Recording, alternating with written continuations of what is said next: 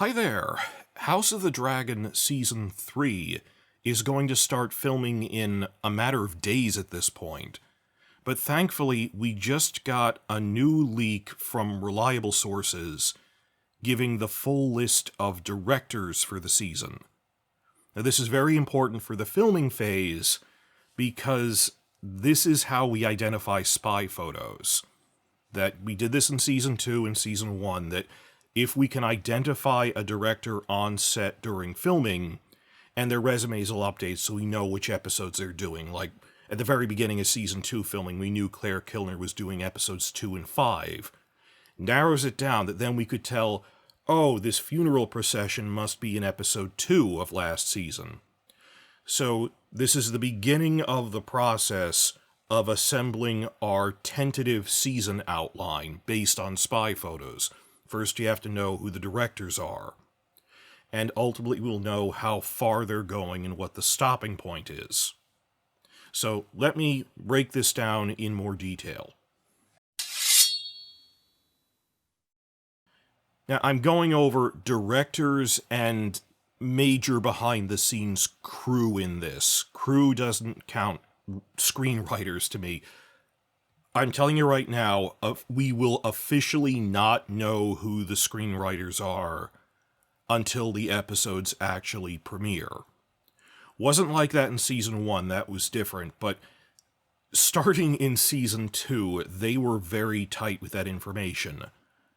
To the point that we didn't know Eileen Shim was coming back. Eileen Shim, who wrote the praised Episode 8 of Season 1, with Viserys' walk through the throne room and everything, we didn't even know she was coming back to write Episode 6 of Season 2 until we saw her name pop up in the opening credits. By we, I mean all news sites, just we don't get writer information like that. Now, Ryan Condal did broadly say there are no major shakeups in the core roles, like one or two people are moving in and out in various fields, but mostly the same people. So I'm not really worried about it, like the core people, but, because Shim was not a core staff writer, we're really not going to find out about that until Season 3 is actually airing, so don't hold your breath. I'm not going to make a separate report video on, hey, we learned about a new writer. That is very unlikely. That's not going to happen. What I'm talking about is the major figures. I'm not going to give an exhaustive list of every behind-the-scenes person, though, because it's diminishing returns. What do I mean by major? Well, basically the directors, the costume designer, and the production designer who makes the art styles for all the sets. Not just building the sets, but designing them and then overseeing construction. What I mean is, look, to be frank, I care about nerdy details like, is the props master coming back who made the same swords and stuff? Or the set dress, or the film editor. I care about those nerdy details. I recognize most of you don't, but in terms of the things that affect the visual style very prominently, are they having the same costume director or the same set designer? Those are pretty much the only other two besides directors that you need to worry about. And there are no major changes for those two positions, just letting you know up front before I move on to the main story here. That we have confirmed that costume designer Carolyn McCall, who joined the show in Season 2 after Janie Tamim left, Carolyn McCall will be returning for Season 3. She's pretty good. She was one of the major designers on Downton Abbey before this. I like the costumes in Season 2. I'd like them to give her more of a chance to show off her work. Like, she made really good costumes for Jane Eyre that appear in, like, all of 2 minutes. During a scene here, a scene there. What'll Rhaenyra look like now that she's in war mode? But Carolyn McCall is coming back, no major shakeups. You don't want to be dealing with a new major staff person coming in. Also, through Googling his online resume, we've just recently confirmed that Jim Clay will be returning as production designer, who is production designer since Season 1. I watch all the behind-the-scenes videos, so I really like the thought he put into this about how when they were designing the structures in King's Landing, there are historical layers to it. That most of it looks, medieval Mediterranean, but the oldest buildings that were built during the Conquest era are in this Byzantine style. He says that's what was in vogue at the time. So certain older castles like High Tide was the peak of that, or the atrium of the Red Keep. And then ancient things like the Valyrians, Dragonstone is an old Valyrian fort. He says how there's this old Valyrian brutalist style, and that they layer this into King's Landing. So he worked out the history of just the design that goes into every room and every building. So in terms of what the show looks and feels like design-wise, same costumer, same production designer as last year. No major shakeups. But now on to the core of this report, the Season 3 directors. We had been hearing some details come out about this in bits and pieces, so the leak was really confirming things we'd already mostly heard of before, just putting them in context. This comes from the Twitter news channel House the Dragons, who I've used in reports many times before. They've always been reliable, and they said I wouldn't be reporting this if I hadn't privately confirmed it. I can't tell you who my sources are, but I know people who have, in the past, said this person will be working on it, and they were always right. I'm stressing this because I don't want to just make stuff up, but you have to protect sources, and the way you do this is reputation, that these are reliable sources who have given us reliable information before. So I'm treating this as fact. They confirmed it on the private Discord that the other major news channels like Wake the Dragon are all on. They told me stuff I can't repeat, that we know this is accurate. This list of directors with their cinematographers. Now, actually, that's a difference between House of the Dragon and Game of Thrones, which is kind of interesting that Game of Thrones, the people at the top didn't know what they were doing, but at the same time were micromanaging everyone. So you really couldn't tell the difference between different directors on that show that much, because they were all following the same storyboards that Benioff and Weiss worked out, versus House of the Dragon gives individual directors more leeway with their visual style. That on Game of Thrones, one cinematographer could be working with 3 or 4 other directors. They weren't paired, because it's following the showrunner's vision. House of the Dragon, every director is always paired with their own cinematographer, who's sort of the hand of the director, if you will, the cinematographer. And this just helps with their visual style, and they've consistently done this, so they don't share cinematographers like that. By the way, the alternate term you might see for cinematographer is director of photography, or DOP. It means the same thing. Well, without further suspense, there are 4 directors on Season 3. Claire Kilner, returning with her cinematographer Alejandro Martinez. Lonnie Perister, with cinematographer P.J. Dillon. Andrei Perec, with cinematographer Vanya Cernjal. And newcomer Nina Lopez Corrado, with new cinematographer Richard Donnelly.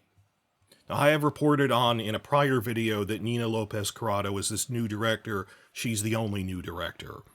In other behind-the-scenes things on his podcast, Ryan Condal, I talked about this in the director video, he mentioned in passing, oh yeah, we have mostly the same directors. There's only one new director who hasn't worked on the show before. But the biggest news here is they have confirmed that directors Alan Taylor and Geeta Patel will not be returning for Season 3.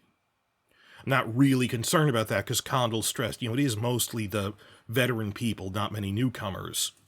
And if you consider these as not 4 people, but 8 people, it's 8 people because they're director-cinematographer pairings.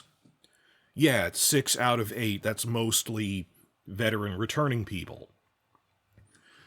Now, and also that Nina specifically came in to replace Geeta Patel because she was leaving with that. Now, before anyone hypes up, oh no, disaster, directors are leaving. Directors come in and out of projects all the time. This has been going on since some people left after Season 1, just because they got other offers. And at the time, when Season 2 was filming, before it even came out, Alan Taylor publicly remarked on how he's very proud of his work on Season 2, for Blood and Cheese and for the Battle of Rook's Rest, but it was a massive time commitment equal to a major motion picture.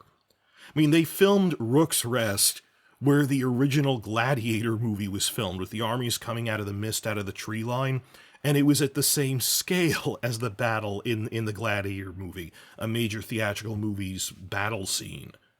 So he said at the time, this is a massive amount of work, a massive time commitment, and I'm spending months away from my family because we're filming in the UK and my family doesn't live here. So Taylor had already made it pretty clear that just due to the workload involved, he didn't want to come back. Now, I'm not going to rule out that he'll never come back to this franchise on a scale the next decade. Just, he's going to take a season off at the least. I'm not worried or anything. He said, I don't want to do 2 of these back-to-back like that. This is a massive commitment.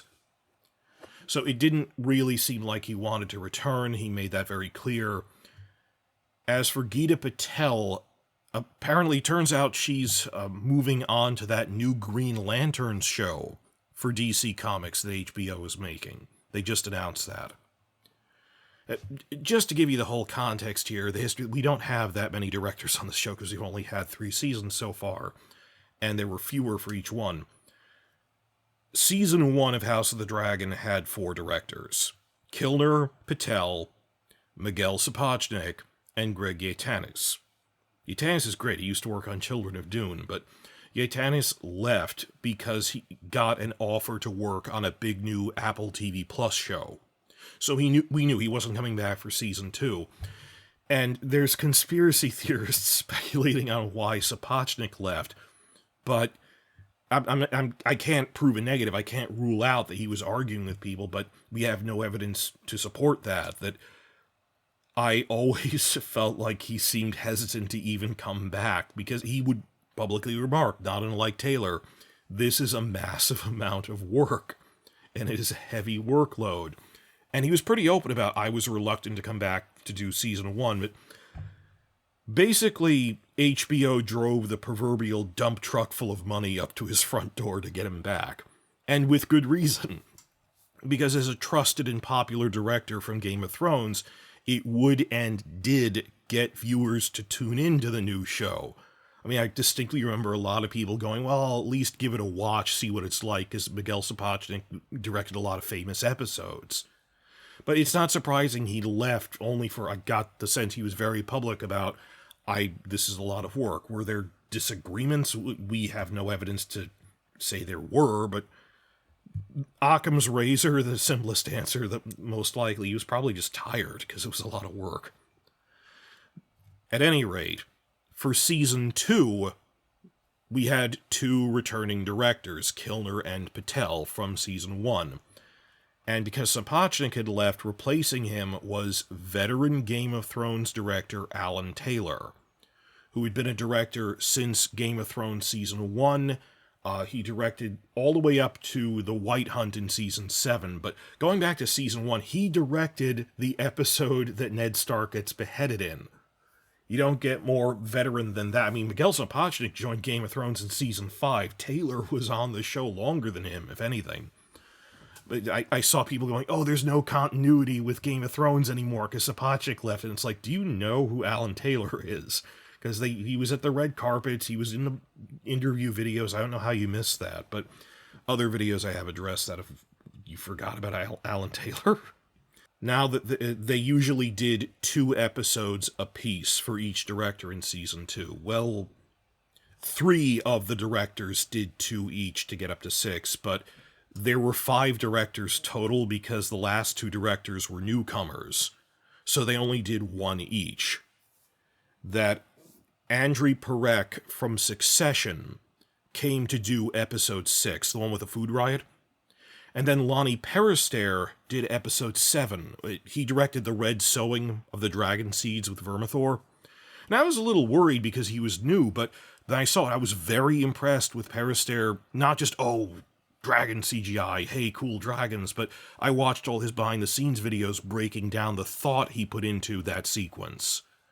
That, they're using these angles like Jurassic Park shots to make Vermithor look looming and more menacing, and then how he broke down, how he planned out that amazing 3-minute-long one-shot that follows Hugh Hammer as he runs through the lair to dodge Vermithor's flames. It's actually like 11 smaller sequences that are seamlessly edited together, because like when the camera pans to the dragon, that's actually where they hide a transition. But just seeing his behind-the-scenes thing, that he really put a lot of thought into, treat this as the T-Rex in Jurassic Park, the camera work, it's not just throwing expensive stuff on screen, but the artistry he put into it. This guy knows how to film giant monsters doing things. So he came in, I thought he proved himself with episode 7 there with the Red Sewing.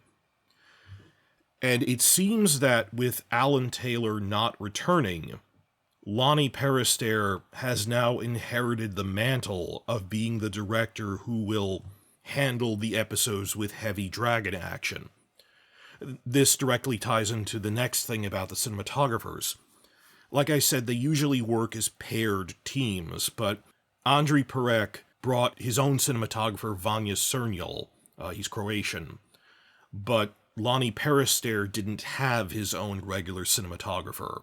So he essentially borrowed Cernjal from Perec for his episode, because Perec brought his own, Perister didn't have one. So for 8 episodes, there were 4 cinematographers doing 2 apiece. It's just that one of them worked with 2 directors 1 episode each. Because for season 3, Cernjal is returning to work with Perec again. But there was a bit of a shuffle with Perister that even though Alan Taylor is not returning for season 3, his cinematographer, PJ Dillon, is returning. And they paired him with Lonnie Perister. Then instead of bumming a cinematographer off of Cernjal, he has inherited Taylor's cinematographer. Which really even more solidifies that the mantle of big dragon action episode guy has been directly passed from Taylor to Perister. So, I'm sorry, I'm fighting against it. There were people accusing there's no more continuity. PJ Dillon was working on Game of Thrones since 2012, in Season 2. Season 1, for the Ned Stark beheading episode, Taylor had a different cinematographer, but then Season 2 onwards, he had Dillon. So this guy is a Westeros veteran of many years, very experienced. Dillon is actually the founder of the Society of Irish Cinematographers. He founded about 10 years ago. He's from County Kerry in the south. So, experienced cinematographer, experienced with Game of Thrones and the set culture, whatever that means. And he has now been paired with Lonnie Perister, who did the Red Sewing, and you know these guys are going to be the ones handling the Battle of the Gullet. Just calling it right now, it's obvious. Oh, speaking of veterans, the new cinematographer paired with the new director, Nina Lopez Corrado, her new cinematographer is Richard Donnelly. And I haven't given his background before. Turns out he is also a Game of Thrones veteran, Donnelly. Not as a full cinematographer, though, but he worked as the lead on one of the camera crews across all of seasons 7 and 8. So he has been part of the Game of Thrones family before all of this, so that's good. Sitting back and analyzing everything, new section here. Of course, this new listing of these are the 4 directors for season 3, this means that Claire Kilner is the only director who has worked on all 3 seasons of House of the Dragon. That she's the only one remaining from season 1. And I hope she sticks through every season to the end, if we're only getting 4 seasons on this. We might get a direct sequel in the next era, that's a separate question. I'm pretty happy, though, that Kilner has been my favorite director, and I don't say that lightly. I'm not basing it on how she appears in interview videos, personality-wise, but in terms of her work and rewatching episodes, I got a feel for her visual style, and what she's broken down in various interviews about, technical details, what she was trying to do, and in the commentary podcasts and all of that. Look, eventually I want to get around to making that cinematography analysis series I've always wanted to. I'm probably not going to get to that for like a year at this point, because there's so much backlog. But because, like I said, they give each director enough leeway on this show that you can tell a Kilner episode apart from a Sapochnik one or a Patel one. They have a different visual style, and I can list them off, things like that. But I devoted a lot of time to deciding that Kildare was my favorite because, well, some people go, oh, I love that director because they filmed an action scene. Like, I'm talking about visual style just all the time, like in dialogue scenes at the small council, how they film a conversation. Like, Perec has a totally different style from Kildare. You could tell when he was filming episode 6. And it was nice, it's a little different because I got used to what Kildare was doing.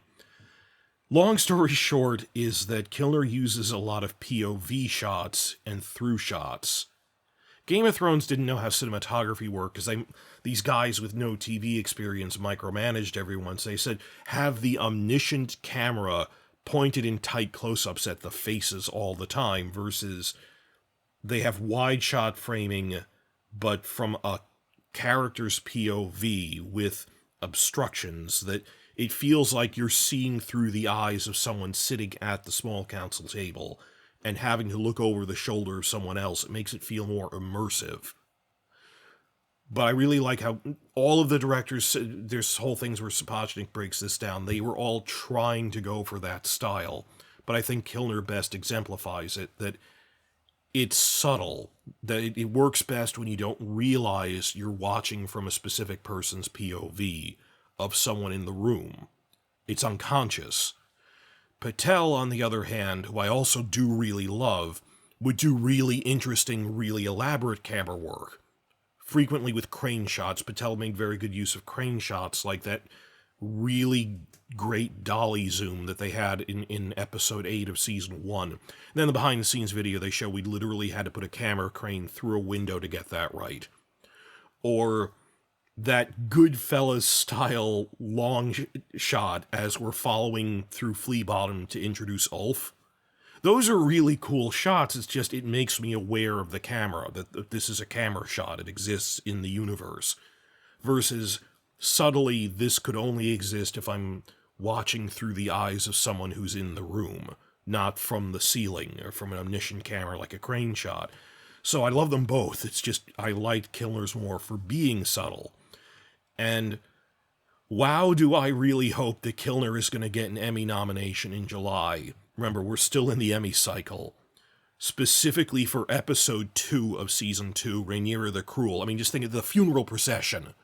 Rewatching that, the camera work that went into that it's shown from Helena's POV as she's getting more and more of a panic attack. The way they worked, she subtly worked in slow-mo shots, just that deserved an Emmy nomination. I'm honored to be nominated, as they say, but so the only returning one from season 1 we still have is Kildare, but she was my favorite, and hey, for all we know, directors could come back for season 4 that were in seasons 1 and 2, we don't know.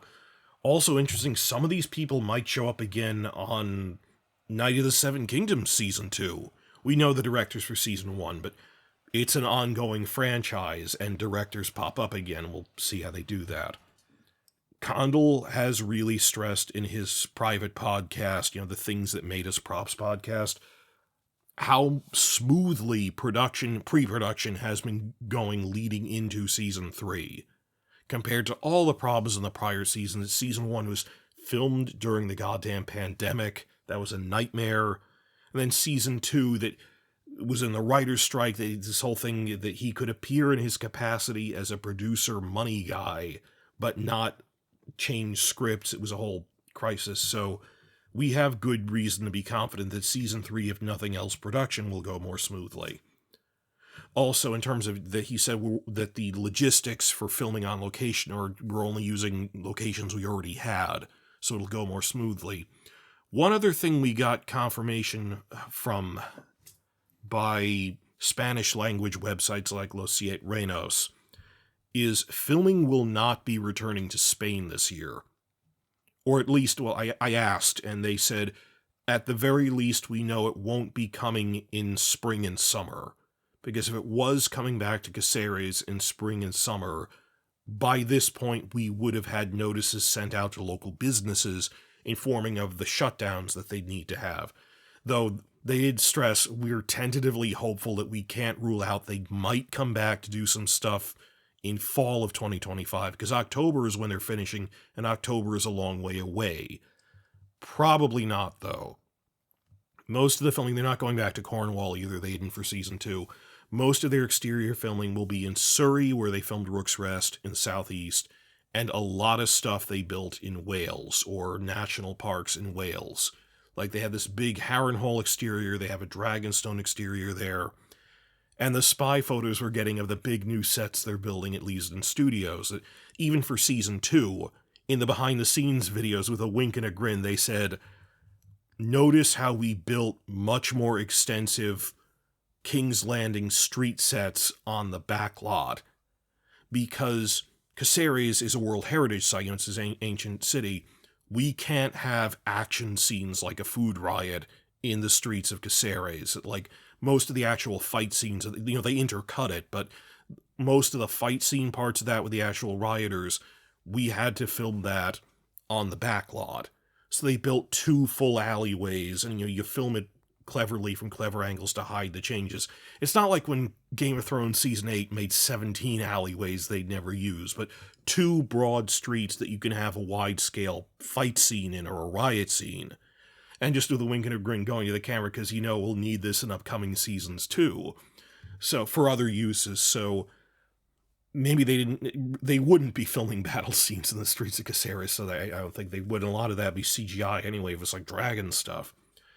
So I'm not worried or anything. It's things you would need to film on a soundstage anyway, because they can't destroy Caceres. They can't, like, knock down a wall or something. And a lot of the big battles, we know the Battle of the Gullet is coming, I already posted the spy photos, that it's a sea battle, so a lot of it needs to be on water tanks. It doesn't need to be on location. We need to build a boat.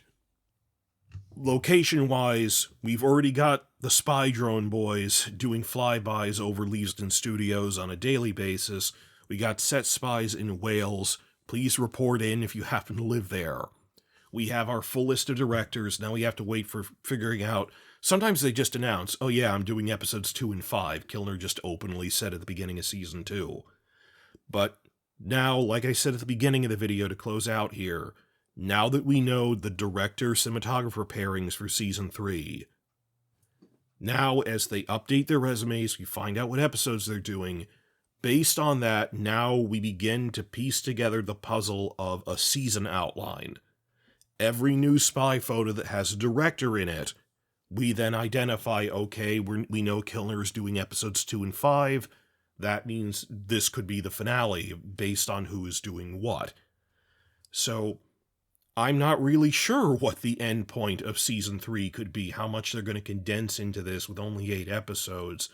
On the other hand, if they remove a lot of filler scenes, which was a complaint in season 2, maybe they actually could fit everything in if they're just judicious with, and let's cut the Otto Hightower they cut down to the scenes they actually needed. If they manage to cut down quality over quantity for Rhaenyra, Daemon, and Alicent, we'd actually gain a lot more screen time for everyone else, without diluting anything. But that's a separate question from all of this, that this is the behind-the-scenes staff moving forward. And I'm happy that it's mostly the same people, because imagine if, for illness, Sarah Hess had to leave before season 3, and then season 3 actually turned out to be really good. People would blame, oh, it's Sarah Hess's fault that season 2 had problems from the strike and budget cuts, which weren't her fault. That now, if season 3 is good, I'm hoping this will silence the people who are making... Now, there are legitimate criticisms, but I'm talking about the baseless accusations about Hess couldn't do this without Sapochnik. It's like, who do you think Alan Taylor is, if not this big Game of Thrones veteran? That was the whole thing I actually made a video responding to. But I'm happy it's the same, most of the same writers, most of the same directors, now without a writer's strike and budget cuts.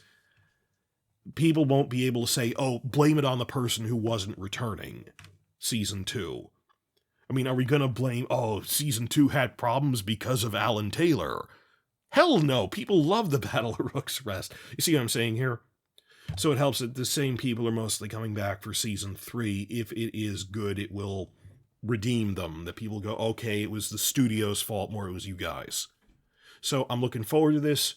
Spy photos coming out by the day.